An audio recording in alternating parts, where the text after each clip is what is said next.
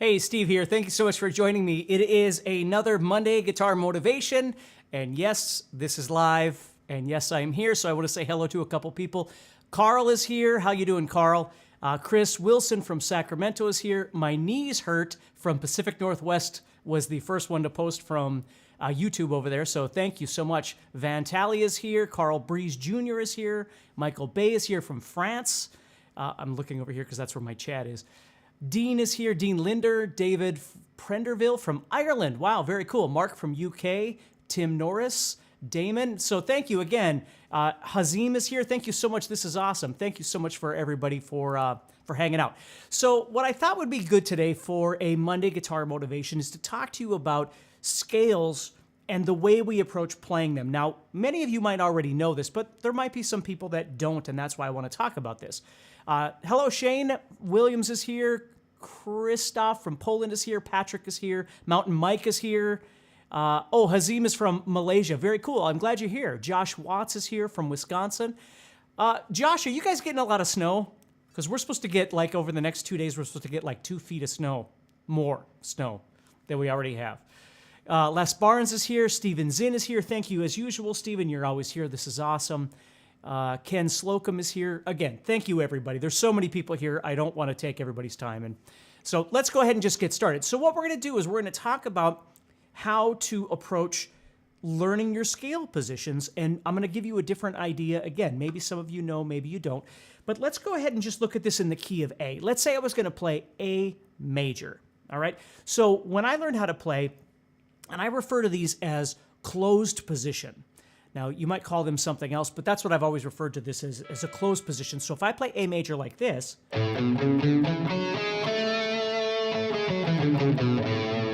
that's a closed position in my mind. That's what I'm thinking of. So I've got 4 fingers covering 4 frets. So, you know, you practice all the way up.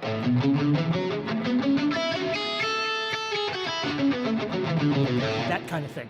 And again, please understand that if whatever it is that you're doing is working for you, then that's great. You don't need to change anything, and I'm glad that you're here. But if you're struggling with something, maybe something like this will help you a little bit, okay? So Josh just said at the end of a 5-inch downfall, which was pretty irritating, heavy on my shoulders. Yeah, I am sick of snow blowing. I'm sick of shoveling. We need spring. I don't know if anybody's planning on being at NAMM this year, but just letting you know that I will be at NAMM this year. So if you've got any time to hang out, look me up and say hello for sure if you're there. All right?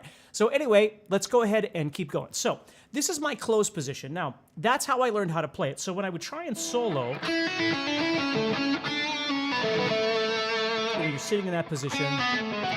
And again, there's nothing wrong with that. There's all kinds of really wonderful things that you can do in there. But I remember the first time I was introduced to what we'll call an open position or spread fingering, and it changed everything about the way that I thought about playing.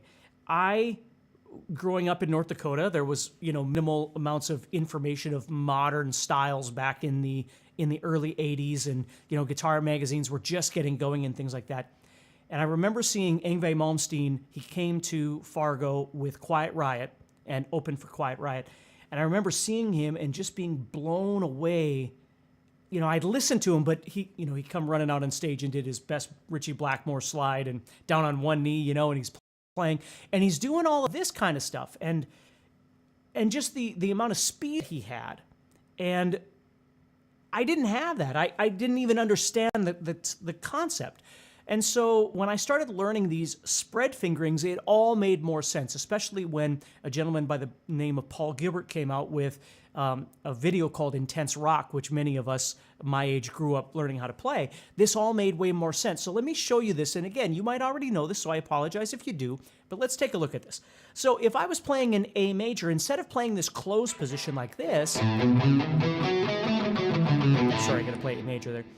I'm going to play it in what's called a spread fingering. So instead of playing that position, I'm going to play 5, 7, 9, 5, 7, 9. So the first thing that happens here, we can see the distance for my fingers is larger, and I'm doing 3 notes on each string. So I'm playing 5, 7, 9. So now I'm playing A, B, C sharp all on one string. And then D, E, F sharp on one string. And then I move up and I've got G sharp and then A. Now I'm starting all over again. So number one, you can see that it becomes more symmetrical. Now let me play the whole shape for you. And again, you can always come back and watch this later if you're at work or doing something else, okay? So if I play this, you'll notice the first thing you see is this symmetry. I'm playing 5, 7, 9 twice. Where when I was down here, there really is no symmetry. And some strings have 2 notes, some strings have 3 notes, depending on how it is you're playing it. And again, please understand, there's lots of different ways you can approach all of these positions. But I just want to give you something that might help you a little bit. So as I'm playing this, I have 5, 7, 9, 5, 7, 9. And then I'm going to move to 6, 7, 9, 6, 7, 9. Okay, so now I have, again, not the same as the first 2 strings, but now I have a symmetrical pattern on these middle 2 strings. And then I move to this string and I have 7, 9, 10, 7, 9, 10. So yet another pair of 2 strings that are symmetrical. So from the visual standpoint, it becomes a little bit easier to visualize and memorize to see that visual pattern and that symmetry. So that's number one. Now, obviously, all the positions as you start learning aren't going to have this perfect symmetry that this position does, but they will have something similar. And the beauty of this is that you're always playing with 3 notes on each string. So you can build a rapport, a picking rapport, that is a little bit easier to replicate and create efficiency and smoothness and certainly speed, all of those kinds of things. So yeah, I'm just playing an A major. So if you look at this, I'm playing, Hazim is asking. So I'm playing A, B, C sharp, D, E, F sharp, G sharp. And then when I get here, A, B, C sharp, D, E, F sharp, G sharp. So they're all the same notes. Okay, if I play this, you can see aurally they're the same thing. So number one is the visualization, the symmetrical aspect of this. Number two is the fact of this streamlined idea of being able to play 3 notes on each string all the time, no matter where you go. And this goes back to my story. This is what players like Paul Gilbert or players like Yngwie Malmsteen or different things will do to create this speed, because you can take this symmetrical pattern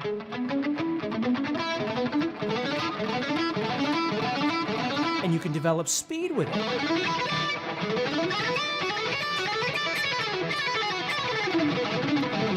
See what I'm saying? So it's really, that opened up so much in the way I thought about my playing, because trying to play anything fast going, there was no symmetrical aspect to it. Again, some strings had 2 notes, some strings have 3 notes. And please don't get me wrong, just because you're playing a 3-note per string pattern and you can play it faster doesn't mean you want to play faster. Like sometimes it isn't about speed, right? So if you go back into this standard position here, this closed position, it's not that I don't use it, of course I'll use it. But once I learned to visualize these patterns a little bit different, all of these other opportunities came up. And the last thing, again, I don't want to take way too much of your time, but the last thing I want you to think about this week is that when I visualize, and this might just be me, but when I've learned to visualize this in the spread fingering shape, it was easier for me to visualize my chords and most certainly teach this stuff to students. So let me explain this to you. So we have 7 notes, 1, 2, 3, 4, 5, 6, 7, and then the 8th note being the octave. That's our scale, our diatonic scale, A major, right? So when I would have people, like students that were learning this stuff, and I would teach them bar chords, when I talk to them in terms of theory, when I talk to them in terms of like 1, 4, 5, or a 6 chord, or a minor 2, or something like that, they could know that information because they understand it. But with the spread fingering idea, they could visualize it. So let me show you this. Let me switch over to a little bit cleaner tone here. There we go. And so now I'm going to do this. Okay? Now, if I look at those notes, I have 1, 2, 3, 4, 5, 6, and then 7 here on the 4th string. But I'm going to take that 7 and I'm going to move it just for our purposes, I'm going to move it onto the 5th string. So now think about this. So if I knew this, and I don't want to get too far into theory because that's another conversation, but in a major key, my 1 chord, my 4 chord, and my 5 chord are always major. My 2, my 3, and my 6 are always minor, and then my 7 is diminished. Okay? So if I know this, or at least, have it written down or something like that, or can reference that, as I'm looking at this scale right here, my 1 chord, which is A, would be A major. Then I see my 2 chord right here on the 7th fret, so my 2 chord would be minor. Then I see my 3 chord, my pinky here on the 9th fret, that would be minor. So I have major, minor, minor. So in the key of A major, I would have an A major chord, a B minor chord, and a C sharp minor chord. And that is true. But the beauty of that is I can visualize them sitting there on my guitar right there. And then my 4 chord, which would be 1, 2, 3, 4, right? It'd be at the 5th fret of the 5th string, okay? That's major. My 4 chord is major. So is my 5 chord right there. 1, 2, 3, 4, 5. You see? And then my 6 chord, which is 1, 2, 3, 4, 5, 6 right there, is minor. Because remember, 1, 4, 5 is major, 2, 3, 6 is minor. And again, that's another conversation we can have. But 1, 4, 5 is major, 2, 3, and 6 are minor. So then when I had a student, I would say 1, 6, 4, 5 in the key of A. So we stay in the same key.